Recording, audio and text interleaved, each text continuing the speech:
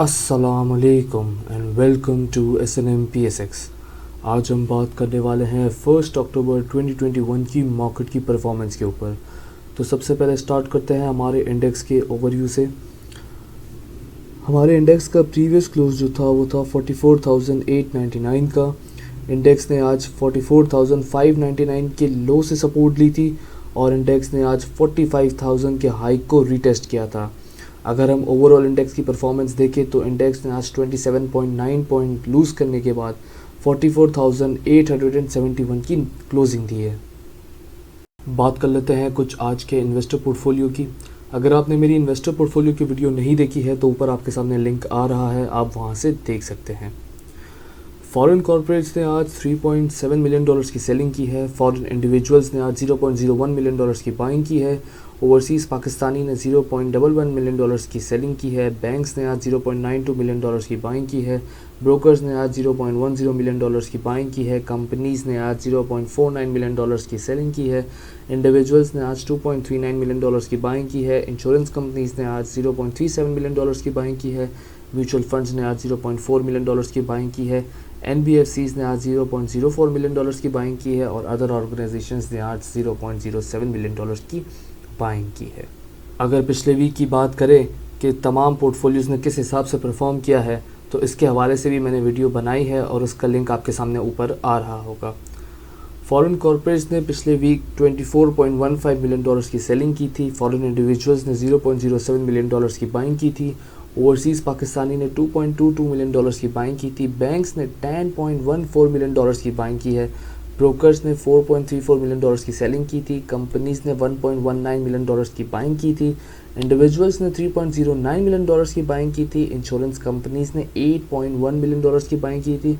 Mutual funds ने $1.7 million की selling की थी। NBFCs ने $0.53 मिलियन की बाइंग की थी। अदर ऑर्गेनाइजेशंस ने $4.85 मिलियन की बाइंग की थी। यानी पिछले पूरे वीक के अंदर जहां फॉरेन कॉर्पोरेट सेल कर रहा था वहां हमारे इंडिविजुअल्स, बैंक्स, इंश्योरेंस कंपनीज और तमाम बड़े बड़े प्लेयर्स ने सारे स्क्रिप्ट्स को एक्यूमुलेट किया है। जस्ट बिकॉज सितंबर के पूरे मंथ में हमें नेगेटिविटी ज़्यादा देखने को मिली थी और जो हम ब्रेकआउट एक्सपेक्ट कर रहे थे ऐसा हुआ नहीं, तो इसके हवाले से भी मैंने एक डिटेल्ड इन्वेस्टर पोर्टफोलियो की वीडियो बनाई है जिसका लिंक आपके सामने ऊपर आ रहा है, तो उसके ऊपर भी ज़रा डिस्कशन कर लेते हैं।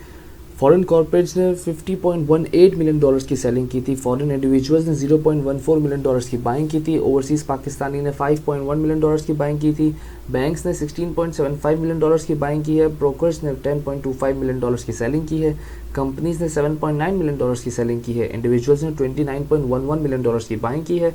इंश्योरेंस कंपनीज़ ने $16.33 मिलियन की बाइंग की है। म्यूचुअल फंड्स ने $14.72 मिलियन की सेलिंग की है। NBFCs ने $0.89 मिलियन की बाइंग की है और अदर ऑर्गेनाइजेशंस ने $14.76 मिलियन की सेलिंग की है। पिछली 2-3 वीडियोस और सेक्शंस जो मैंने आपके साथ डिस्कस किए उससे आपको अंदाज़ा हो गया होगा कि करंट पीरियड के अंदर जितनी हमें स्ट्रॉन्ग सेलिंग नज़र आई है, इसके 2 पॉसिबल रीजंस हो सकते हैं कि या तो पुराने जो स्टॉक्स थे उसको सेल कर करके अपने पोर्टफोलियोज़ ने प्रॉफिट्स की बुकिंग कर ली है, और दूसरा कि मार्केट के अंदर नेगेटिव इंप्रेशन लेकर आने के बाद सेक्टर शफल होने के चांसेस हैं जिसके अंदर डिस्काउंटेड रेट्स के ऊपर दूसरे स्टॉक्स को एक्यूमुलेट किया गया है।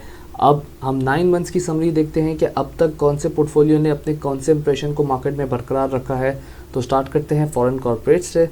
फॉरेन कॉर्पोरेट्स ने $5.81 मिलियन की सेलिंग की है। फॉरेन इंडिविजुअल्स ने $2.84 मिलियन की बाइंग की है।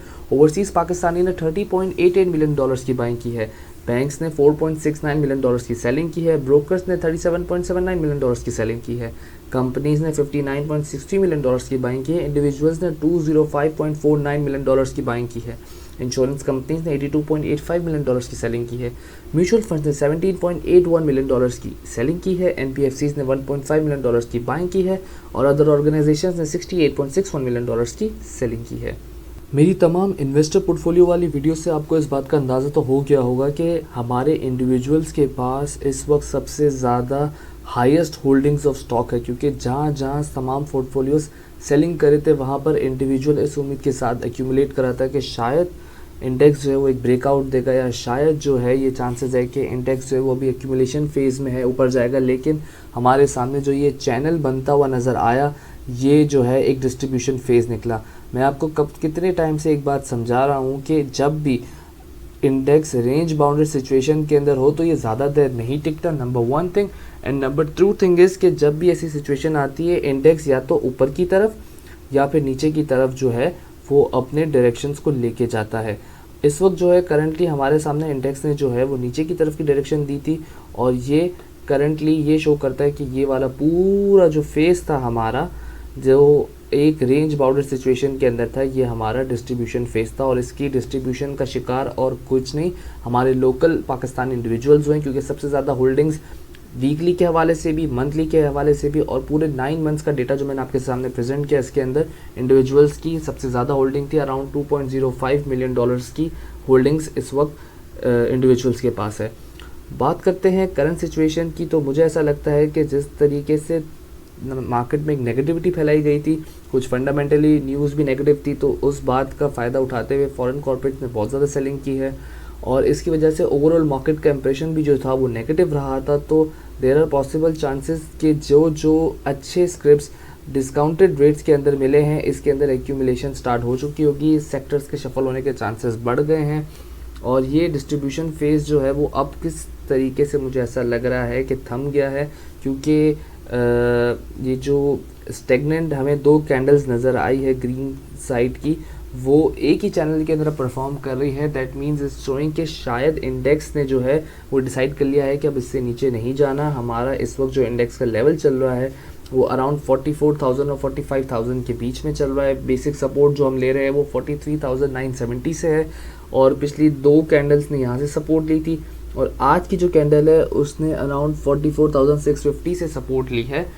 देखा जाए कैंडल की हमें जो इस वक्त कलरिंग है वो ग्रीन दिख रही है, बट एक्चुअली ये कैंडल नेगेटिव है, क्योंकि कल की क्लोजिंग से जो है वो हमारी आज की क्लोजिंग थोड़ी नीचे की तरफ आई है। 27 पॉइंट्स जो है वो हमने लूज़ कर दिए हैं।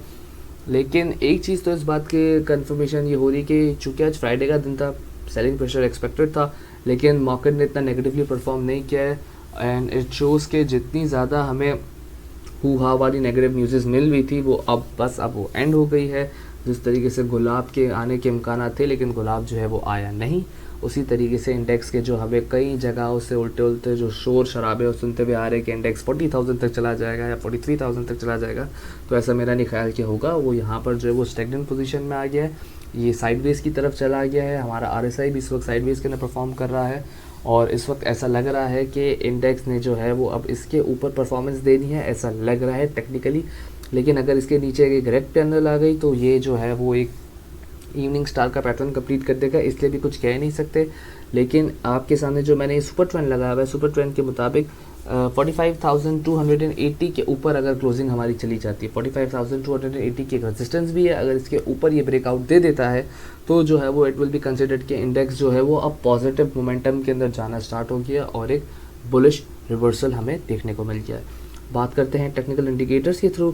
टेक्निकल इंडिकेटर पर जाने से पहले मैं एक चीज़ आपको दिखाऊं कि इस वक्त बॉलिंगर बैंड्स के बिल्कुल लो के ऊपर है।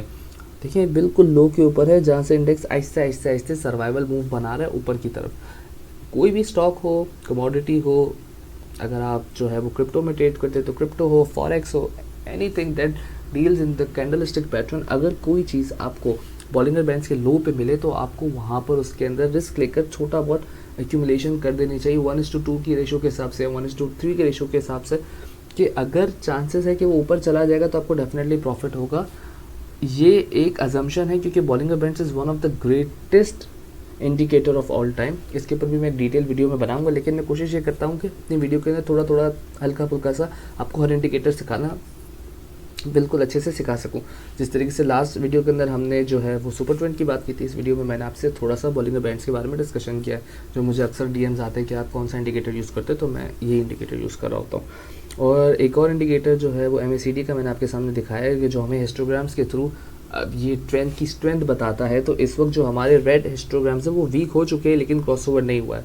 लास्ट टाइम भी मैंने शॉर्ट्स में एक ही बात बोली थी कि हिस्टोग्राम जो है वो वीक हुए हैं, लेकिन क्रॉसओवर अभी तक जनरेट नहीं हुआ है। जब तक क्रॉसओवर जनरेट ना हो, इस किस्म का क्रॉसओवर कि ब्लू लाइन ऊपर चली जाए और रेड लाइन नीचे ले जाए, तब तक हम इसको बुलिश मोमेंटम कंसिडर नहीं करते। इसी तरीके से अब तक क्रॉसओवर जनरेट नहीं हुआ है, क्रॉसओवर होने वाला है, अलबत्ता हिस्टोग्राम जो है वो वीक हो गए।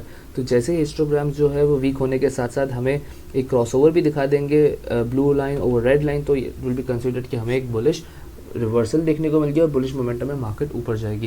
कैटेगोरिकली ऐसी कुछ न्यूज़ नहीं है, लेकिन एक चीज़ कंफर्म है कि सेक्टर के शफल होने के चांसेस ज़्यादा है। मार्केट की नेगेटिविटी के अंदर बहुत सारे लोगों ने डिफरेंट स्क्रिप्ट्स के अंदर प्लेयर्स ने भी एक्यूमुलेशन की है और देयर आर चांसेस कि वही स्क्रिप्ट जो है वो इंडेक्स को मूव करेंगे। पेट्रोल साइड जो हमने देखा कि पेट्रोल के प्राइसेस बढ़ गए थे, इट इज़ ऑल्सो एक्सपेक्टेड कि गैस के जो है वो भी प्राइसेस ऊपर जाएंगे। इतनी टफ मार्केट के अंदर भी हेस्कॉल, SNGP, SSGC ये सारे स्क्रिप्ट जो थे उन्होंने नेगेटिव परफॉर्म नहीं किया बल्कि अपनी पोजीशंस को सस्टेन किया है। तो मुझे ऐसा लगता है कि हो सकता है कि हमारा ऑयल एंड गैस मार्केटिंग का सेक्टर जो है it will be the new sector जो कि इंडेक्स को स्ट्रेंथ कर रहा होगा। Commercial bank is one of the sectors. Steel का जो हमारा सेक्टर है that can be one of the sector where we could have accumulated, but we were not certain कि ये हमारा एक्यूमुलेशन फेज़ है कि डिस्ट्रीब्यूशन फेज़। हो सकता है मार्केट इससे नीचे चली जाए, लेकिन कहीं नहीं है एंड वी होप कि इससे नीचे नहीं जाएगी क्योंकि RSI भी सस्टेन हो गया है, कैंडल्स भी सस्टेन हो गई है। तो इंशाल्लाह मंडे वाले दिन एक पॉजिटिव न्यूज़ के साथ मिलेंगे, एक पॉजिटिव क्लोजिंग के साथ। अपना बहुत बहुत ख्याल रखिएगा। अल्लाह हाफ़िज़।